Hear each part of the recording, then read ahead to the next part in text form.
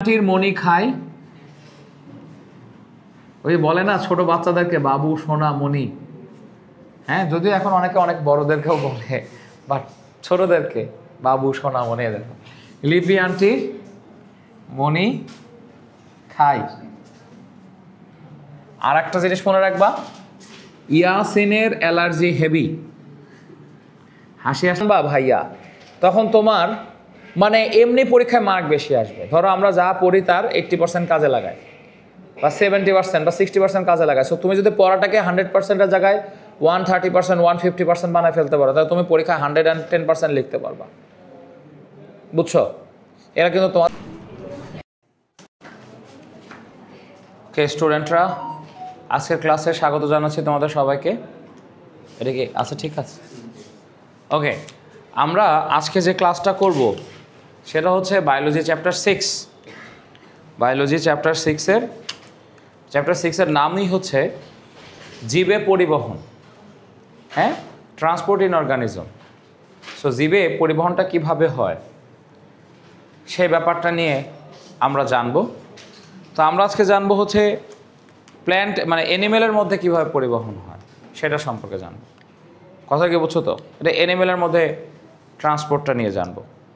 তো অ্যানিমেলের মধ্যে ট্রান্সপোর্টটা হয় হচ্ছে রক্তের মাধ্যমে। রক্ত, এটা হচ্ছে ব্লাড, এটা হচ্ছে ট্রান্সপোর্টের মেইন অর্গানিজম। রক্তই কী করে? খাবার এবং অক্সিজেন সব জায়গায় নিয়ে যায়। প্ল্যান্টের মধ্যে কিন্তু তা হয় না। দেখো, প্ল্যান্টের মধ্যে খাবারটা সে পাতায় তৈরি করে, ফ্লোয়েম দিয়ে সব জায়গায় পাঠায় দেয়, আর সে অক্সিজেন নেয় পাতপত্র, রন্ধ্র বা স্টোমাটার মধ্য দিয়ে। কিন্তু মানুষ ফুসফুস দিয়ে অক্সিজেনটা নেয়, খাবারগুলো মুখে খায়, পাকস্থলিতে সে খাবারগুলো ক্ষুদ্রান্তে হজম হওয়ার পরে, স্মল ইন্টেস্টাইনে হজম হওয়ার পরে, সেই হজমকৃত খাবার দাবারগুলো রক্তের মাধ্যমে মিশে এটা সারা শরীরে পৌঁছায় যায়। আবার সেই অক্সিজেনগুলো ফুসফুস থেকে সারা শরীরে পৌঁছায় যায় রক্তের মাধ্যমে মিশে। তাহলে মানুষের ক্ষেত্রে রক্ত হচ্ছে ট্রান্সপোর্টের মানে প্রধান অর্গানিজম। আমি কি ব্যাপারটা বুঝাতে পারছি? রক্ত হচ্ছে ট্রান্সপোর্টের প্রধান অর্গানিজম। ঠিক আছে, এখন এই যে ট্রান্সপোর্টের যে প্রধান অর্গানিজম রক্ত, সেই রক্তটা সম্পর্কে আমাদের পড়তে হবে। এই যে ট্রান্সপোর্টিং অর্গানিজম আমরা যেটা দেখব, সেটার জন্য প্রথম আমাদেরকে যে জিনিসটা পড়তে হবে সেটা হচ্ছে ব্লাড। ব্লাড বা রক্ত। তো ব্লাডের কি কি উপাদানগুলো আছে, ব্লাড বা রক্ত, এবং ব্লাড কি জিনিস সেই ব্লাডটা সম্পর্কে আমরা একটু পড়ার চেষ্টা করব। রক্ত বা ব্লাড নিশ্চয়ই তোমরা দেখছো। তো ব্লাড কি জিনিস আসলে? ধরো রক্ত, মেডিকেলের ভাষায় blood is a fluid connective tissue, তরল যোজক কলা, specially modified fluid connective tissue, বিশেষভাবে রূপান্তরিত তরল যোজক কলা। যোজক কলা মানে কি? যাদের মধ্যে মানে যোজক কলা বা কানেকটিভ টিস্যু কাকে বলে জানো? এনিবডি? কেউ বলতে পারো তোমরা? যাদের মধ্যে কোষের তুলনায় অন্তঃকোষীয় পদার্থ বেশি, সেলের থেকে ইন্টারসেলুলার সাবস্টেন্স বেশি। রক্ত এরকম পদার্থ। রক্তের মধ্যে সেল আছে 45%, সেলের থেকে অ্যাসেলুলার পদার্থ আছে 55%। তো চলো আমরা একটু দেখি রক্তের ক্লাসিফিকেশন। রক্তটাকে যদি দুই ভাগে ভাগ করা যায়, রক্তের মধ্যে আসলে 40% থাকে ব্লাড সেল, 40% থাকবে ব্লাড সেল বা রক্তকোষ, ব্লাড সেল বা রক্তকোষ,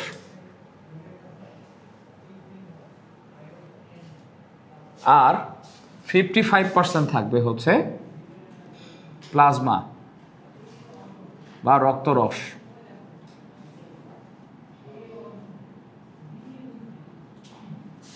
ঠিক আছে, তো একটা হচ্ছে 45% হচ্ছে ব্লাড সেল বা রক্তকোষ, আর 55% হচ্ছে প্লাজমা বা রক্তরস। আমার কথা কি বুঝছো? আচ্ছা, ধরো এক সিরিঞ্জ রক্ত, ওই যে আমরা রক্ত পরীক্ষা করতে দিই না, তোমরা জানো আমরা যে রক্ত পরীক্ষা করতে দিই, ডাক্তাররা কি লিখে দেয় রক্ত পরীক্ষার নামটা? সিবিসি বা complete blood count. Very good, এটা হচ্ছে সিবিসি বা complete blood count, complete blood count. তো কমপ্লিট ব্লাড কাউন্ট মানে পূর্ণাঙ্গ রক্ত কাউন্ট। এবং ধরো তুমি এই রক্তটা পরীক্ষা করতে দিছো, এরকম একটা সিরিঞ্জ দিয়েছো, মানে এক সিরিঞ্জ রক্ত দিয়ে আসছো, সেটা একটা টেস্ট টিউবের মধ্যে ওরা নিল। টেস্ট টিউবের মধ্যে রক্তটা নিয়ে, লাল রক্ত নিয়ে মিনিটে 3000 বার যদি ঘোরায়, 3000 রাউন্ডস পার মিনিট বা আরপিএম, এটাকে বলে রক্তকে সেন্ট্রিফিউজ করা। তো রক্তকে যদি এরকম মিনিটে 3000 বার ঘোরায় বা 3000 আরপিএমে যদি রক্তটাকে সেন্ট্রিফিউজ করে, তাহলে রক্তের প্লাজমা অংশগুলো দেখো, রক্তের এই যে প্লাজমা অংশগুলো 55% প্লাজমা অংশ উপরে উঠে যাবে, আর 45% ব্লাড সেলস এখানে থাকবে। এই ব্লাড সেলসগুলোর মধ্যে আবার সাধারণত প্রায় 44%ই প্রায় 44%ই রেড ব্লাড সেলস, প্রায় 44% হচ্ছে রেড ব্লাড সেলস, প্রায় 44% রেড ব্লাড সেলস বা আরবিসি থাকে, আর মাত্র 1% হোয়াইট ব্লাড সেলস এবং প্লেটলেট বা অনুচক্রিকা মিলে, অনুচক্রিকা এবং মানে platelet, platelet and white blood cells WBC, ঠিক আছে, 1%। কোনো কোনো রাইটারের বই বলা আছে 1%-এরও কম, বুঝছো? এবং এই যে ব্লাড সেলস বা রক্তকোষ, এটাকে আসলে কয় ভাগে ভাগ করা যায়? এটাকে আসলে 3 ভাগে ভাগ করা যায়।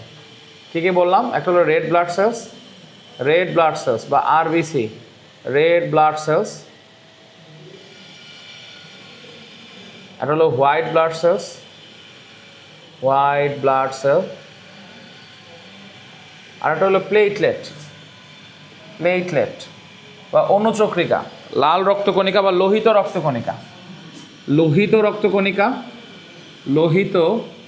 রক্তকণিকা, শ্বেত রক্তকণিকা,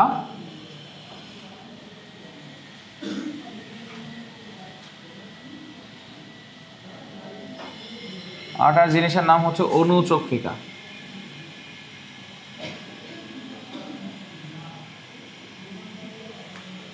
তো লোহিত রক্তকণিকাকে আর এক নামে কি বলে জানো? এটা আর এক নাম হচ্ছে ইরাইথ্রোসাইট। এটার আর এক নাম লিউকোসাইট, এটার আর এক নাম থ্রোম্বোসাইট।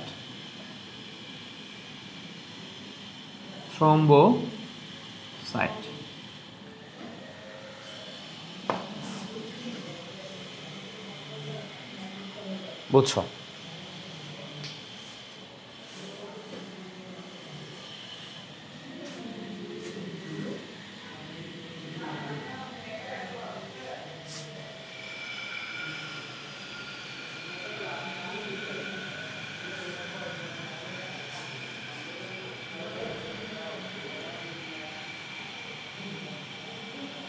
এখন আমরা যেটা বলছিলাম সেটা হচ্ছে ভাই, এই যে প্লাজমা, এটা দেখতে কীরকম জানো? এটা দেখতে হালকা হলুদ, হালকা ইয়েলোইশ।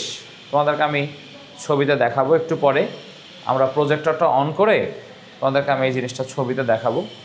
এই প্লাজমা এটা হালকা হলুদ বা হালকা ইয়েলোইশ কালারের, বুঝছো? তো এই ইয়েলোইশ কালারের এই যে প্লাজমা, এটা যদি আমরা একটু দেখি, তো প্লাজমার আবার কি কি পার্ট রয়েছে? এই যে 55% প্লাজমা বা রক্তরস, এইটার আবার কি কি পার্ট রয়েছে?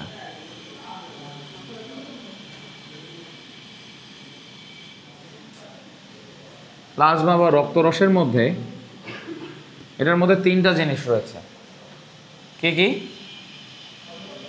দুইটা জিনিস রয়েছে সাধারণত এটার মধ্যে।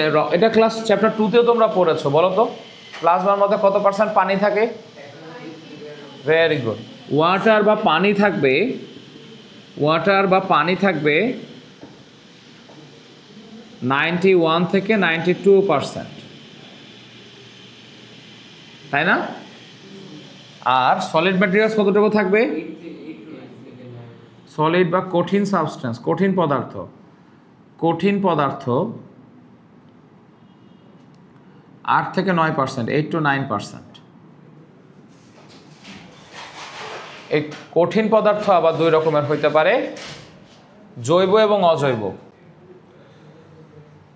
তাহলে আমরা এই যে জিনিসটা থেকে দেখছিলাম, দেখো পানি থাকে এবং তার সাথে কি থাকে? কঠিন পদার্থ থাকে। কঠিন পদার্থ আবার কয় রকমের থাকতে পারে বলো তো? দুই ধরনের। কি কি? জৈব বস্তু আর একটা কি? অজৈব বস্তু। জৈব বস্তু আর হলো অজৈব বস্তু। অজৈব বস্তু তো অর্গানিক এবং ইনঅর্গানিক সাবস্টেন্স। অর্গানিক আর হলো inorganic. Organic substance, inorganic substance. জৈব বস্তুগুলো কি কি থাকে এই রক্তের প্লাজমার মধ্যে? হ্যাঁ, তোমাদের বইয়ে এরকম জৈব বস্তুগুলোর কিছু এক্সাম্পল দেওয়া আছে। জৈব বস্তুগুলোর এক্সাম্পল দেওয়া আছে, যেমন ধরো বিলিরুবিন, যেমন ধরো অ্যান্টিবডি, যেমন ধরো কি দেওয়া আছে? হরমোন, এনজাইম, হরমোন, এনজাইম, এই সমস্ত সাবস্টেন্সগুলো অর্গানিক সাবস্টেন্স। আর অজৈব বস্তু কি কি?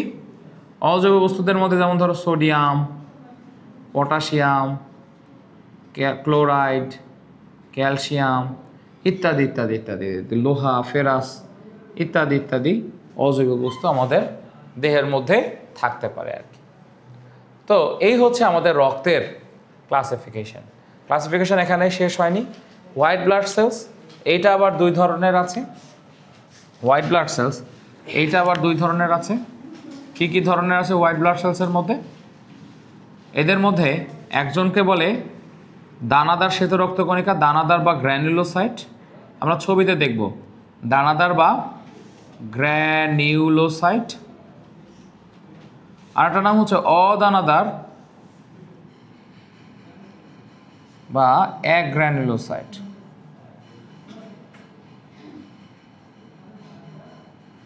একটা হলো দানাদার বা গ্র্যানুলোসাইট, আর একটা হচ্ছে অদানাদার বা অ্যাগ্র্যানুলোসাইট। আমি কি বোঝাতে পেরেছি? দানাদার এবং হচ্ছে অদানাদার, গ্র্যানুলোসাইট এবং অ্যাগ্র্যানুলোসাইট। দানাদার যে শ্বেত রক্তকণিকা, সেই শ্বেত রক্তকণিকাগুলো আবার কী কী টাইপের আছে বলতে পারো? দানাদার যে শ্বেত রক্তকণিকা এইটার আবার এটা হলো তিনটা। কীরকম? ইউসিনোফিল, বেসোফিল আর নিউট্রোফিল।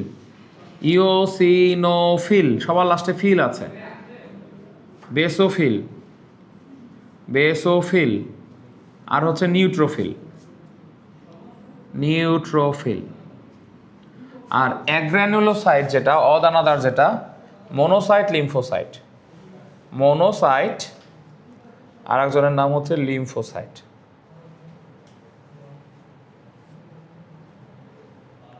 এই দুইজন, মনোসাইট আর একটা নাম কি? লিম্ফোসাইট। এই হচ্ছে আমাদের টোটাল ক্লাসিফিকেশন। তো দানাদার কীরকম, অদানাদার কীরকম, চলো আমরা এখন একটা ছবি থেকে দেখার চেষ্টা করি।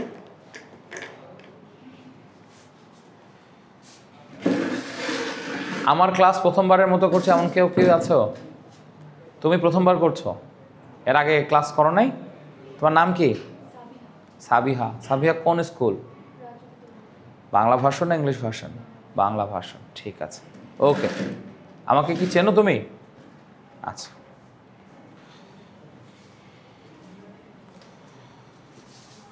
তো আমাকে যারা চেনো না আর কি, তারা আবার একটু চেনো, নতুন আর একটা পরিচয় অ্যাড হয়েছে আর কি। ঠিক আছে, তোমাদের ভাইয়া এখন বিসিএস কোয়ালিফাই করেছে, নামের সাথে এখন বিসিএস শব্দটা অ্যাড হবে। আমি এখন সরদ্দি মেডিকেল কলেজে এফসিপিএস ট্রেনি ডাক্তার হিসাবে আছি। তার পাশাপাশি স্বাস্থ্য ক্যাডারে সুপারিশপ্রাপ্ত হয়েছে। হ্যাঁ, এখন হয়তো বা কোথাও একটা পোস্টিং দেবে আর কি। কিছুদিন কামলা খাটার পরে আমি আবার ট্রেনিংয়ে ব্যাক করব। ট্রেনিংটা 5 বছর শেষ হইতে হবে, কেবল বছরখানিক হয়েছে। ঠিক আছে, তো এখন আমরা ছবি থেকে দেখব আর কি। ঠিক আছে, বুঝছি? এই অংশটুকু শেষ হয়েছে, লেখা শেষ হয়েছে, ক্লাস নোটটা।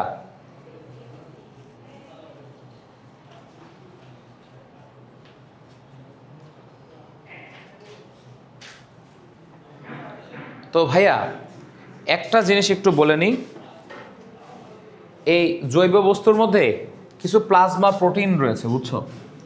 রক্তের প্রোটিন, প্লাজমা প্রোটিন। নাম কি কি জানো? নাম হচ্ছে GPA5। এটার মধ্যে GPA5 নামে কিছু প্লাজমা প্রোটিনও রয়েছে, গ্লোবিউলিন, এগুলো জৈব বস্তু, প্রোথ্রম্বিন, অ্যালবুমিন, ফাইব্রিনোজেন।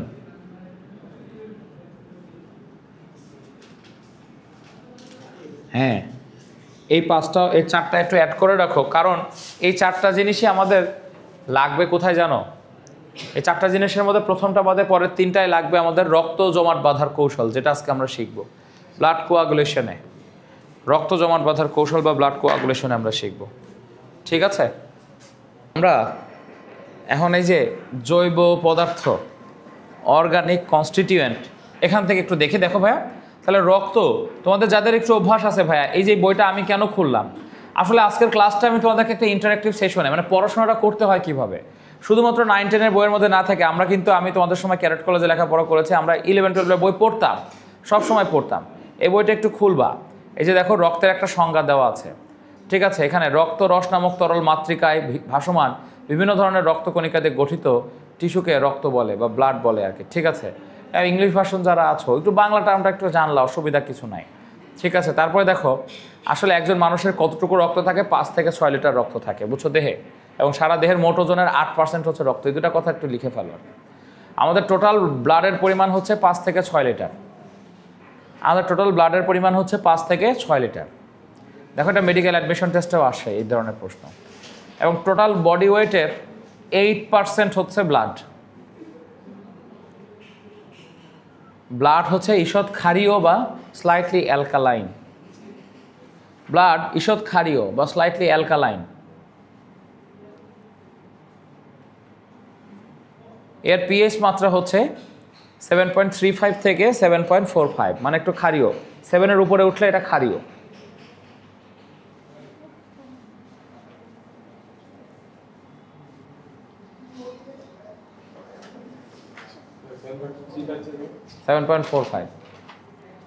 এবং রক্তের তাপমাত্রা হচ্ছে 36 থেকে 38 ডিগ্রি সেলসিয়াস।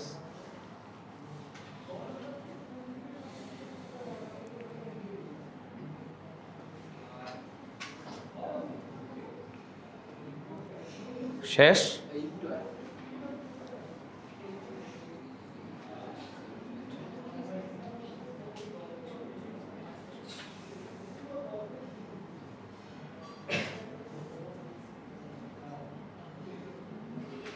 ওকে, আচ্ছা।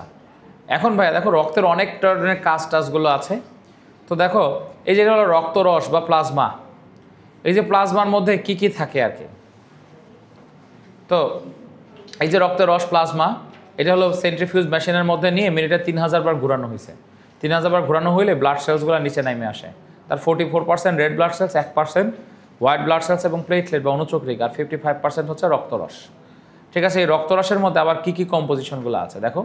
এই রক্তরস, রক্তকণিকা, দেখো এই যে রক্তরস, এর মধ্যে পানি 90 থেকে 92%, তোমাদের বইটা 91 থেকে 92% দেওয়া আছে। ঠিক আছে, আর 8 থেকে 9% হচ্ছে কঠিন পদার্থ।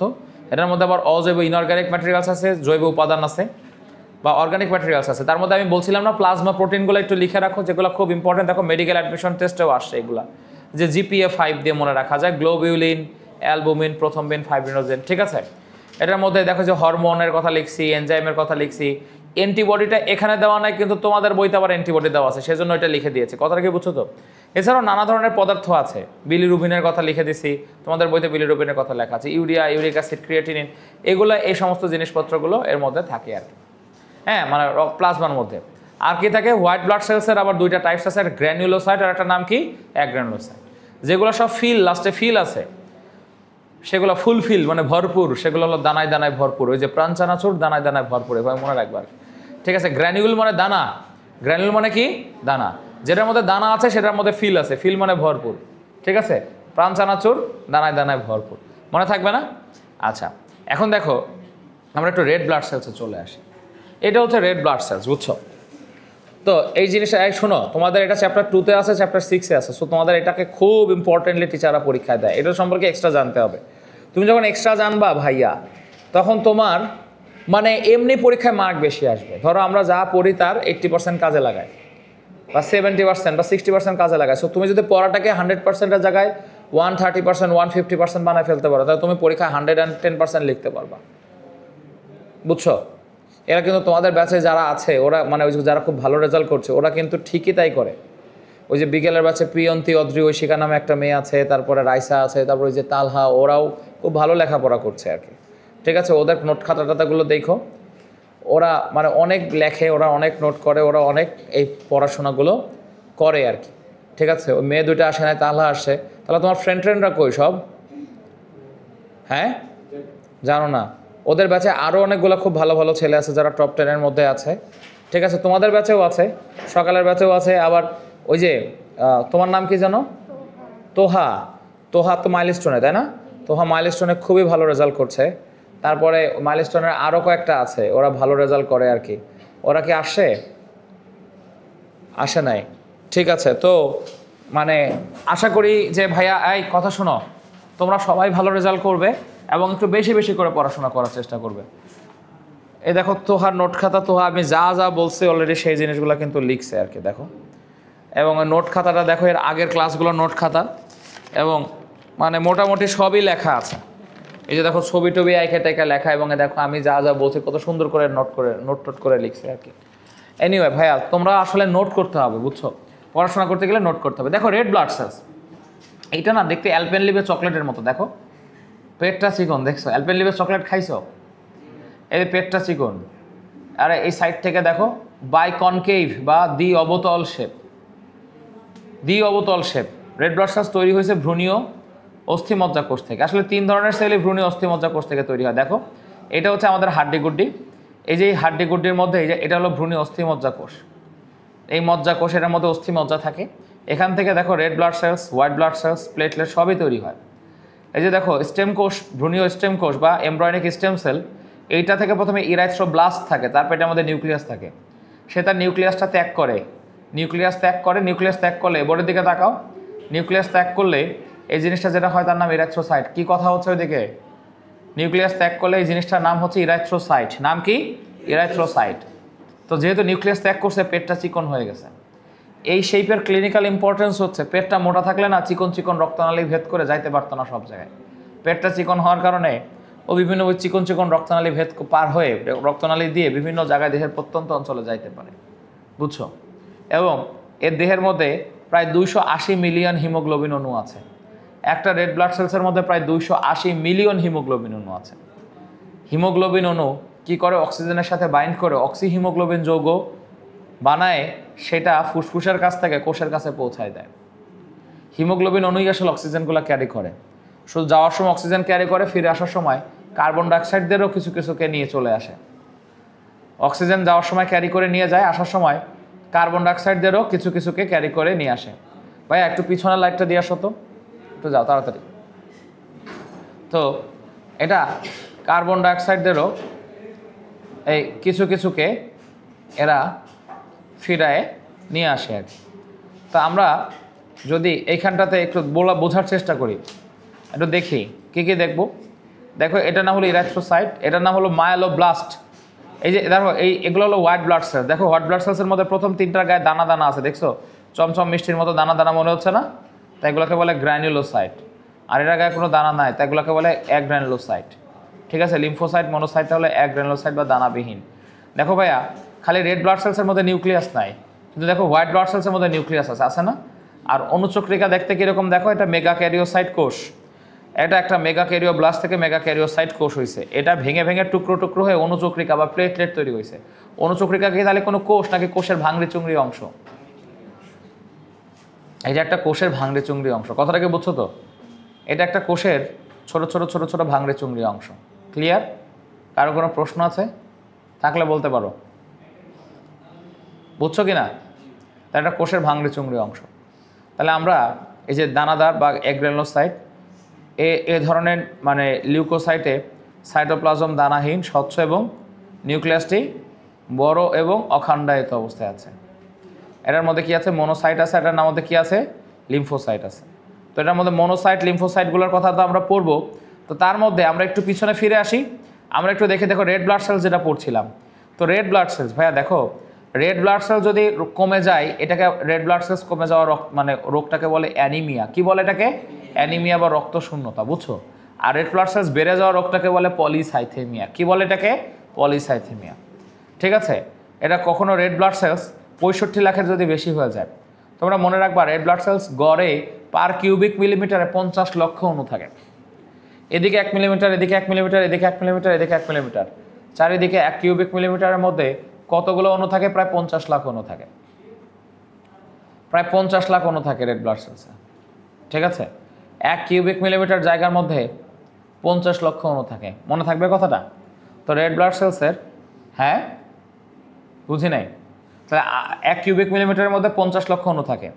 আমি যদি আরও একটু ডিটেলসে বলি তোমাদেরকে, আসলে শোনো ভাইয়া, এটা একটু দেখো যে বয়স্কদের মানে ছোট বাচ্চাদের বেশি থাকে। দেখো ভ্রূণ দেহে থাকে 80 থেকে 90 লাখ, মানে এমব্রয়দের থাকে 80 থেকে 90 লাখ পার কিউবিক মিলিমিটার। আর একটু যখন বড় হয় শিশু শরীরে থাকে 60 থেকে 70 লাখ। মেইলে একটু বেশি থাকে সাধারণত 50 থেকে 54 লাখ, আর ফিমেলে থাকে 44 থেকে 49 লাখ। লিখে রাখো এই ডাটাটা একটু সবার লিখে রাখা উচিত। লেখো, একটু বলে দিই। ভ্রূণ দেহ বা এমব্রয়নিক বডিতে, এমব্রয় মানে মায়ের পেটের মতো যখন ছিল, পার কিউবিক মিলিমিটারে থাকে 80 থেকে 90 লাখ। ইনফ্যান্ট বা শিশু, চাইল্ড মানে এদের ক্ষেত্রে থাকে 60 থেকে 70 লাখ। মেইলের মধ্যে থাকে 50 থেকে 54 লাখ, 50 থেকে 54 লাখ, বুঝছো? স্ত্রী দেহে থাকে কত লাখ? 44 থেকে 49 লাখ। তোমরা বলতে পারো মেইলের মধ্যে ফিমেলের থেকে কেন বেশি রেড ব্লাড সেলস থাকে? Any guys? কারণ হচ্ছে পুরুষের একটা হরমোন আছে যার নাম হচ্ছে testosterone hormone. Testosterone hormone red blood sales production বাড়ায়। এই কারণে মেল বডিতে রেড ব্লাড সেলস বেশি থাকে। তাই ফিমেলরা অ্যানিমিয়াতে আক্রান্ত হয় বেশি। তাদের এমনি জেনেটিক্যালি তাদের একটু কম রেড ব্লাড সেলস তৈরি হয়। তারপরে আবার তাদের ক্ষেত্রে মেনস্ট্রুয়েশনের সময় অনেক বেশি লোহার ঘাটতি দেখা দেয়, বিশেষ করে এই গ্রোয়িং এজগুলোতে লোহা বা আয়রনের অভাব হয়। তাই তাদের আয়রন ডেফিসিয়েন্সি অ্যানিমিয়া বা লোহার অভাবে অ্যানিমিয়া এটি সবচেয়ে বেশি হয়। মেয়েদের ক্ষেত্রে এটা কমন রোগ, আয়রন ডেফিসিয়েন্সি অ্যানিমিয়া। আমরা কি এটা লিখেছি? এই নোটটা কি আমরা করেছি? শোনো ভাই, আজকের ক্লাসটা তাদেরই ভালো লাগবে যারা একটু পড়াশোনা ভালোবাসো, যারা একটু ভালো কিছু করতে চাও। ঠিক আছে, যারা আসলে যাদের একটু বেশি পড়লে ভালো লাগে তাদেরই ভালো লাগবে। এবং আমার বিশ্বাস তোমরা তারাই এই এক্সট্রা ক্লাসটাতে এসেছো।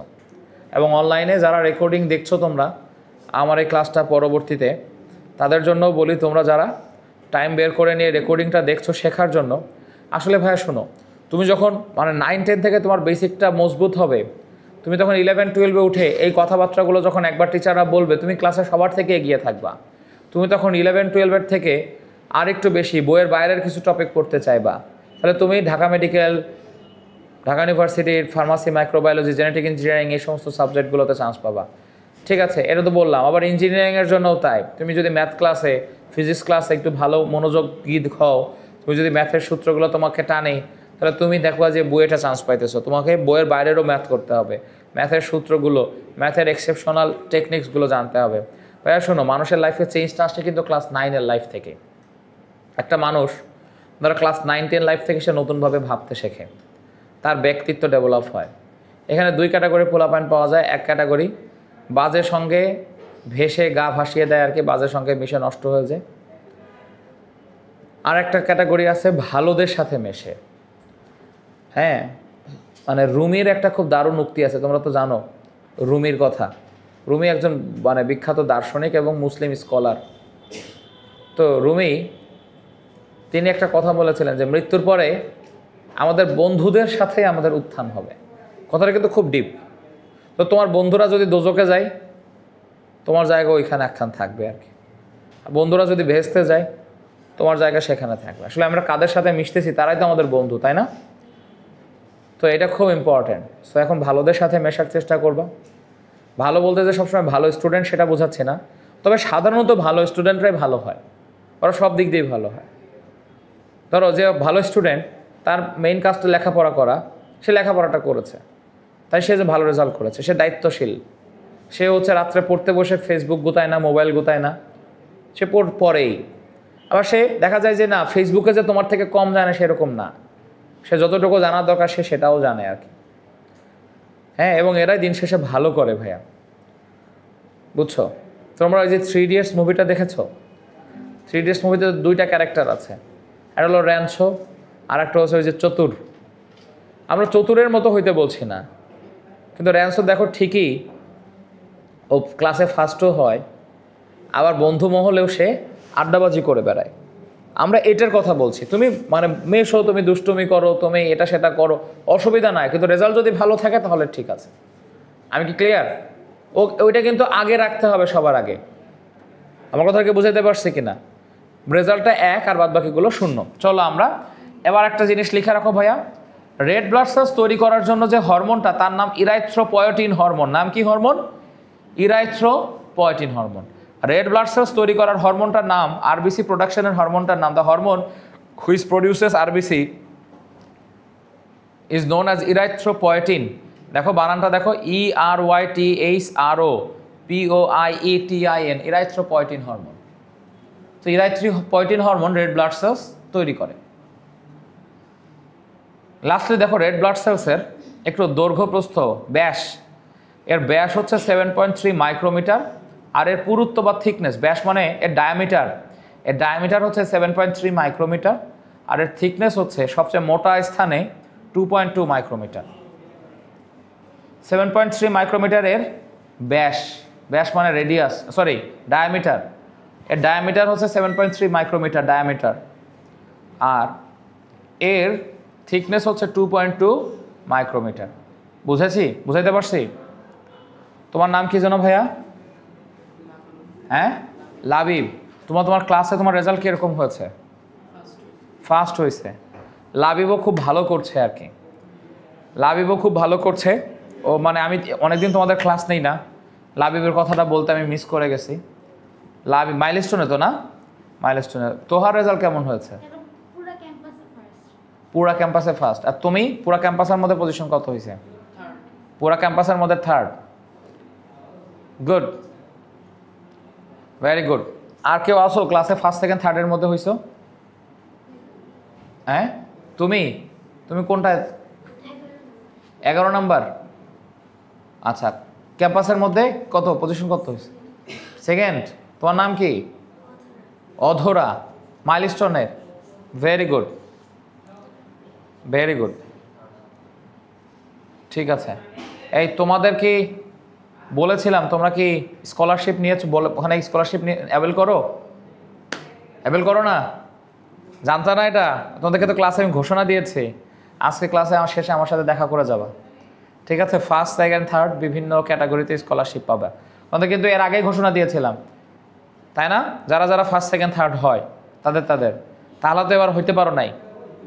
হ্যাঁ, রেজাল্টই দেয় কি? এমটি টেস্টের রেজাল্ট না, হাফ ইয়ারলি রেজাল্ট। এমটি টেস্টের রেজাল্ট এইটা কোনো কথা হইল? তাহলে নেক্সট বার জন্য আমি দেখি, ঠিক আছে? 1st, 2nd, 3rd-এর মধ্যে থাকতেছো, ঠিক আছে? তোমার মধ্যে যথেষ্ট পটেনশিয়ালিটি আছে। অন্য সবাইকে ভাইয়া এদেরকে কেন এরকম বলছি জানো?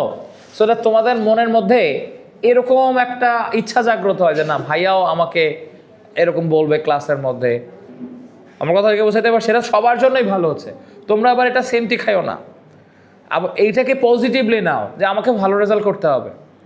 হ্যাঁ, আর ভালো একটা রেজাল্ট করলে দেখবা দিন শেষে, আচ্ছা শোনো, এরকম হইতে পারে যে না ঠিক আছে তুমি চেষ্টা করছো, রেজাল্ট ভালো হয় নাই, তারপরেও তোমাকে কংগ্রেচুলেশনস, তোমার চেষ্টা আছে, তুমি ভালো করবাই।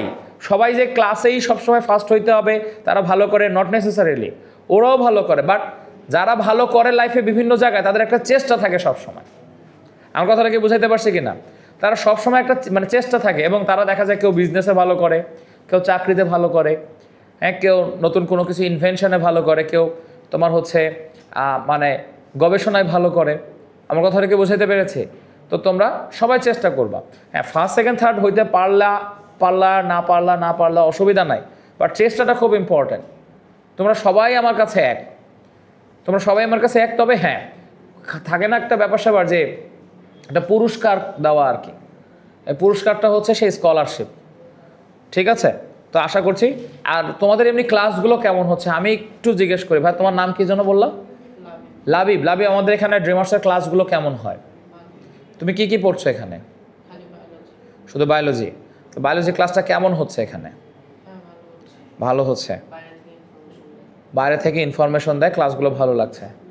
আচ্ছা, তাহলে ক্লাসগুলো কেমন হচ্ছে এখানে? হ্যাঁ, ভালোই হচ্ছে। গুড। তোহা, তোমার নাম কি জানো? অধরা, একটা পরামর্শ দাও, মানে কেমন লাগছে ক্লাসে, কোন কোন জায়গায় বেটারমেন্টের সুযোগ আছে? ভালো, ভালোই লাগছে। গুড, ঠিক আছে।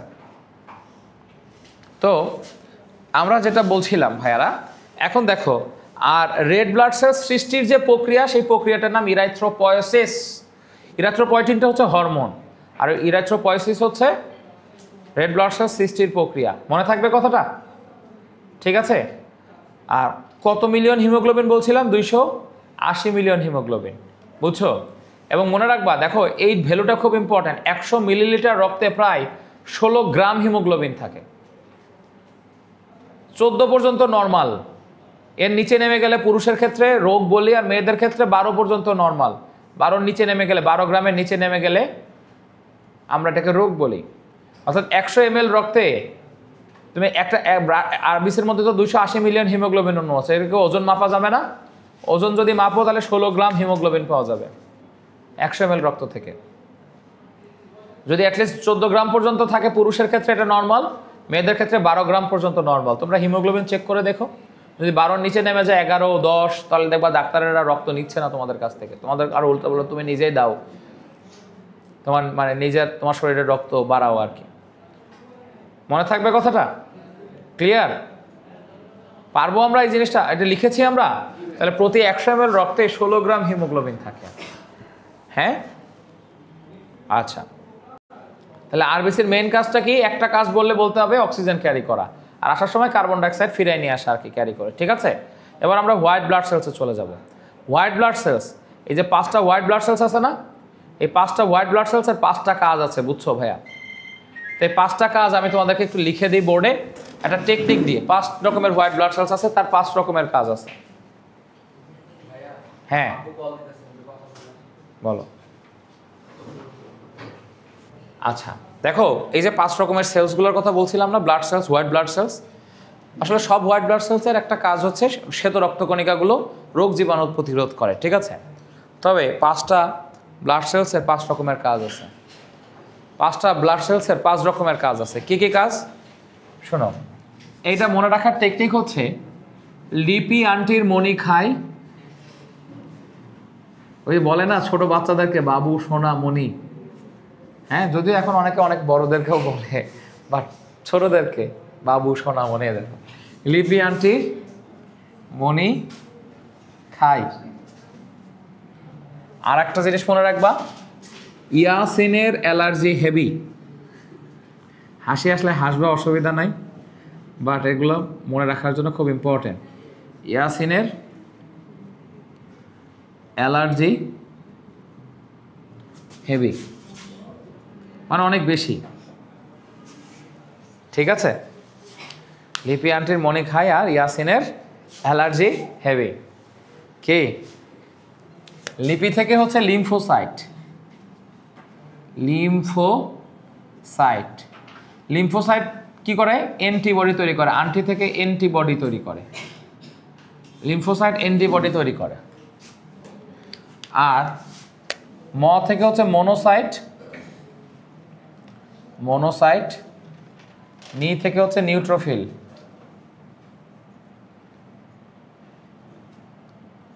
খাই থেকে হচ্ছে ফ্যাগোসাইটোসিস।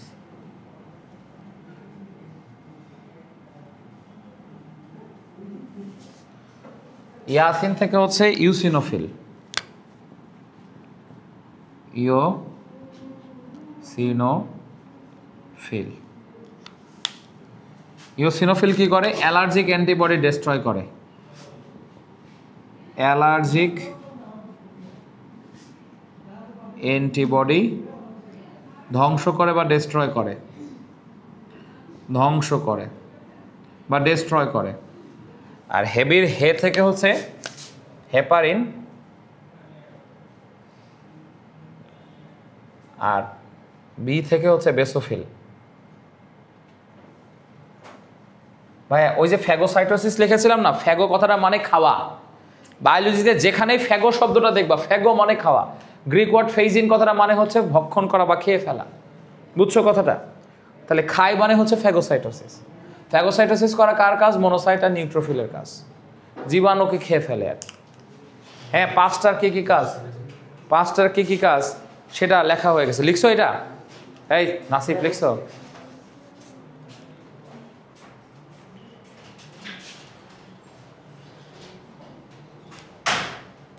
তাহলে হোয়াইট ব্লাড সেলস সম্পর্কে আমরা যদি তোমাদেরকে একটু বলি, দেখো তাহলে হোয়াইট ব্লাড সেলসের সংখ্যা কীরকম।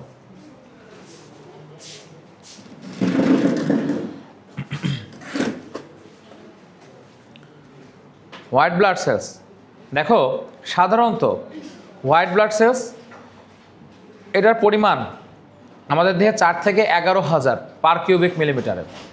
এটা কোথায় ছিল 50 লাখ, আর এটা কোথায় 4 থেকে 11,000, ঠিক আছে? এবং লোহিত রক্তকণিকা এবং শ্বেত রক্তকণিকার গড় অনুপাত 600:1। তোমাদের বই লেখা আছে 500:1, বাট বড় ক্লাসের বই লেখা আছে 600:1। অর্থাৎ 600টা রেড ব্লাড সেলস থাকলে একটা হোয়াইট ব্লাড সেলস থাকবে, 600টা রেড ব্লাড সেলস থাকলে একটা হোয়াইট ব্লাড সেলস থাকবে। 500:1 দেখবা, ঠিক আছে? তোমাদের বইতে যেটা আছে। লিউকো কথাটা মানে হচ্ছে বর্ণহীন, আর কাইটোস মানে কোষ। তাহলে এগুলো হলো কালারলেস কোষ, বা মানে পানির কালার কীরকম বলি, সাদা বলি না আমরা অনেক সময়, কিন্তু পানি তো কালারলেস, তাই না? এটা হলো কালারলেস কোষ, এটাকে বলা হচ্ছে লিউকোসাইট। লিউকোস মানে বর্ণহীন, কাইটোস মানে কোষ, বুঝছি? ক্লিয়ার?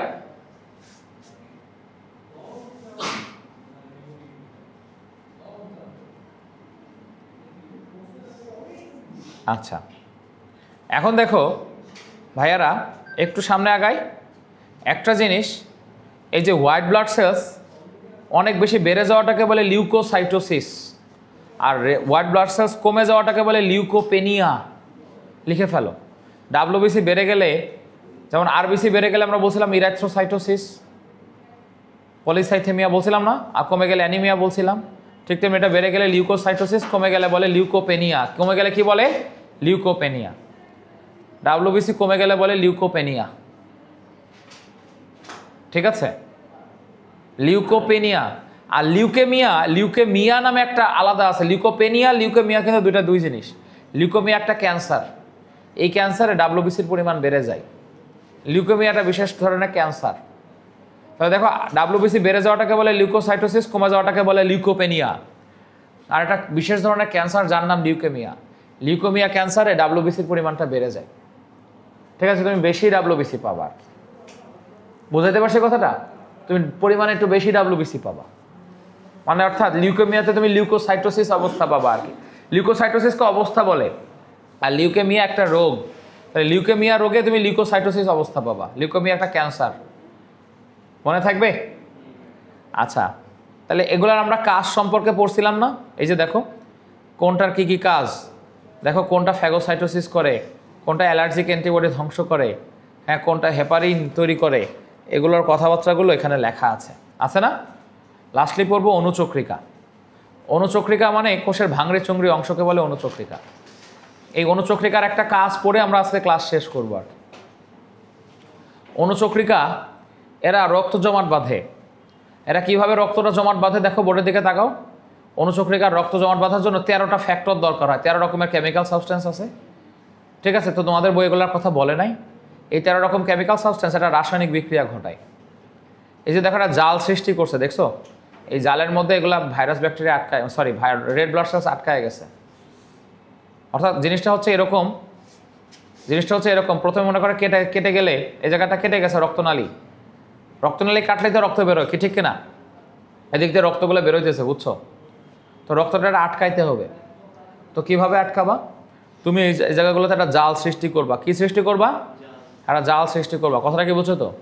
এই সমস্ত জায়গাটা কি সৃষ্টি করবা? একটা জাল সৃষ্টি করবা। এই জালটা সৃষ্টি করে এখানে দেখো রেড ব্লাড সেলস এবং হোয়াইট ব্লাড সেলসগুলো এই জালে আটকায় গেছে। আমার কথাটা কি বুঝছো তো? রেড ব্লাড সেলস এবং হোয়াইট ব্লাড সেলসগুলো কোথায় আটকায় গেছে? জালে। খানিকক্ষণ চুয়ে চুয়ে রক্তের পানিগুলো পড়ছে, তারপরে পানি আর পড়তে পারে না, জায়গাটা শক্ত হয়ে গেছে। দেখছো কেটে গেলে হাতে খানিকক্ষণ পানি পড়ে না, কষ পড়ে বলি না আমরা, কেটে গেলে খানিকক্ষণ কষ পড়ে। তো ব্লাড সেলসগুলো আসতে দেয় না, ওই তোমার হচ্ছে পানিগুলো ঝরে আর কি, মানে অর্থাৎ রক্তের প্লাজমাগুলো যখন বাইরে আকারে চলে যায় এগুলোকে সিরাম বলে আর কি। পানি আকারে যখন ঝরে তখন এগুলোকে সিরাম বলে। খানিকক্ষণ সিরাম ঝরে, তারপরে এই জায়গাটা তোমার কি হয়ে যায়, এই জায়গাটা হচ্ছে এই জালগুলো এই জায়গাগুলোকে মানে আটকায় রাখে আর কি। তাহলে আসলে জাল সৃষ্টি করা, এই যে জাল, এটার নাম ফাইব্রিন জাল। নাম কি জাল? এই ফাইব্রিন জাল সৃষ্টি করাটাই আসলে এই তোমার মেইন কাহিনী।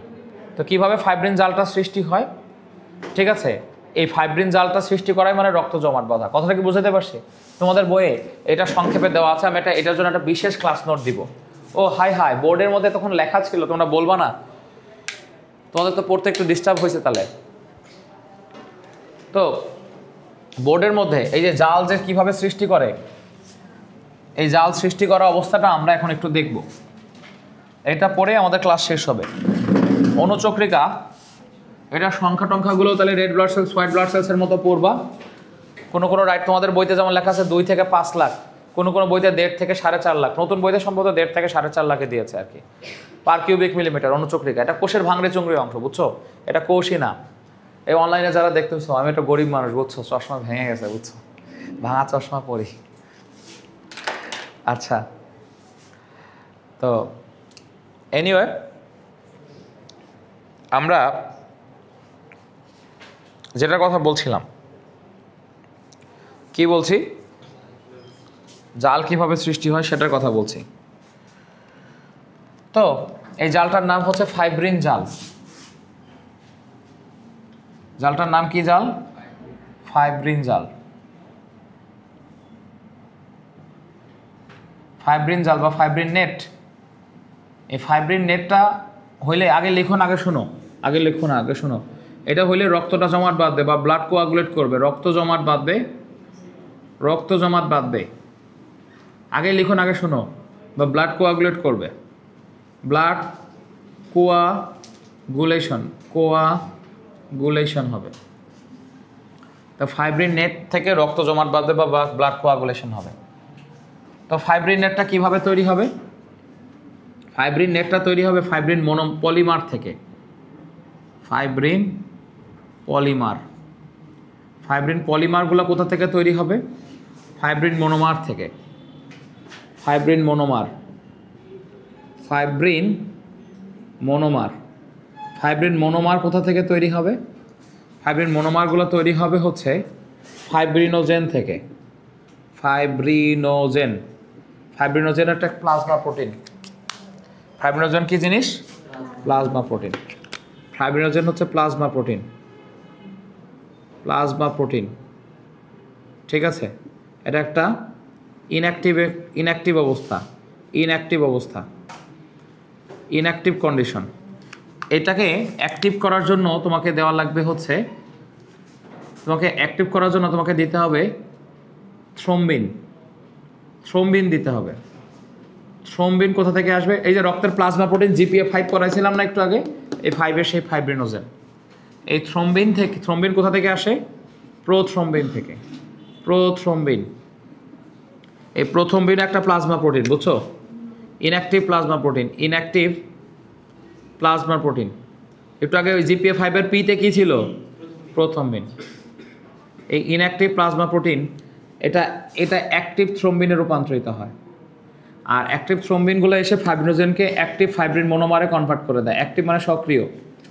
প্রথম কথা, তাহলে এই এখন প্রথমবিনকে কে থ্রোম্বিনে কনভার্ট করবে? আগে লিখুন, আগে শোনো, এইটাকে আবার অ্যাক্টিভ করবে হচ্ছে থ্রোম্বোপ্লাস্টিন। থ্রোম্বোপ্লাস্টিন, এই থ্রোম্বোপ্লাস্টিন কোথা থেকে তৈরি হবে?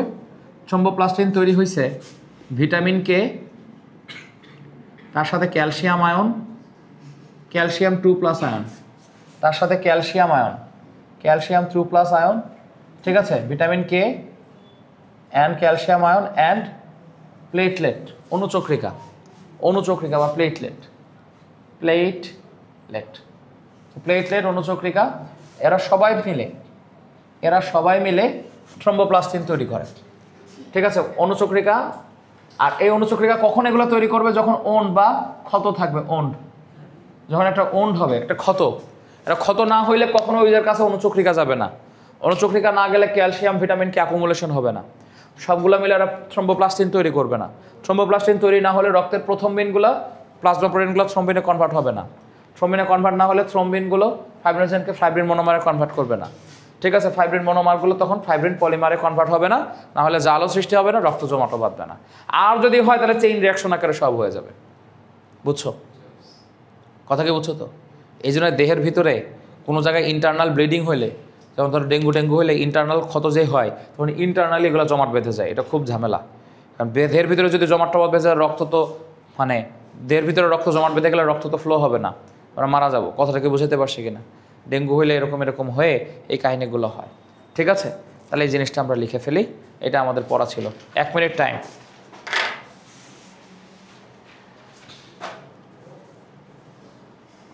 আচ্ছা 10 সেকেন্ড লেখার আগে একটা ভিডিও দেখাই দিই, তারপর আমি একটু অন্য ক্লাসে চলে যাই, তোমরা এটা লিখে নিয়ে বাসায় চলে যাও। একটা ভিডিও দেখাই দিই, দেখো।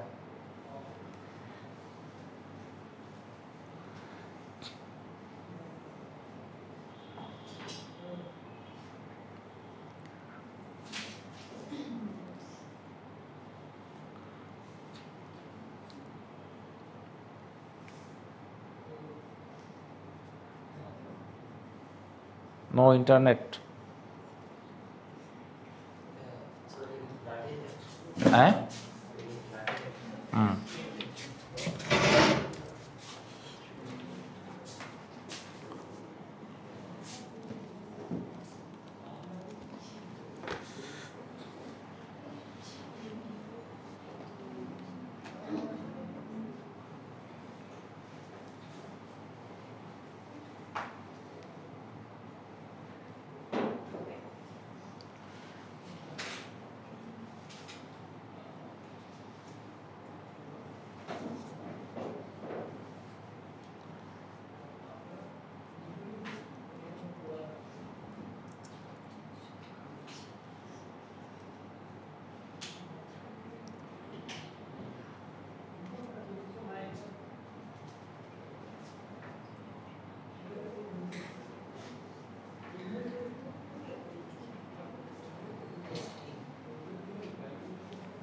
দেখো ভাইয়ারা, একটু ভিডিওটা দেখে নাও।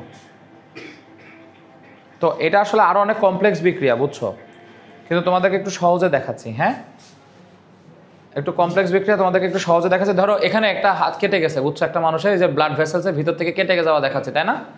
ওইখানে যে কী হবে, একটা প্লেটলেট যায়, ওইখানে যায় আরও শেপ চেঞ্জ করে ফেলবে। দেখছো অনুচক্রিকাগুলো যায় শেপ চেঞ্জ করতেছে না? এখানে প্লেটলেটগুলো যায় শেপ চেঞ্জ করতেছে না? করতেছে কিনা?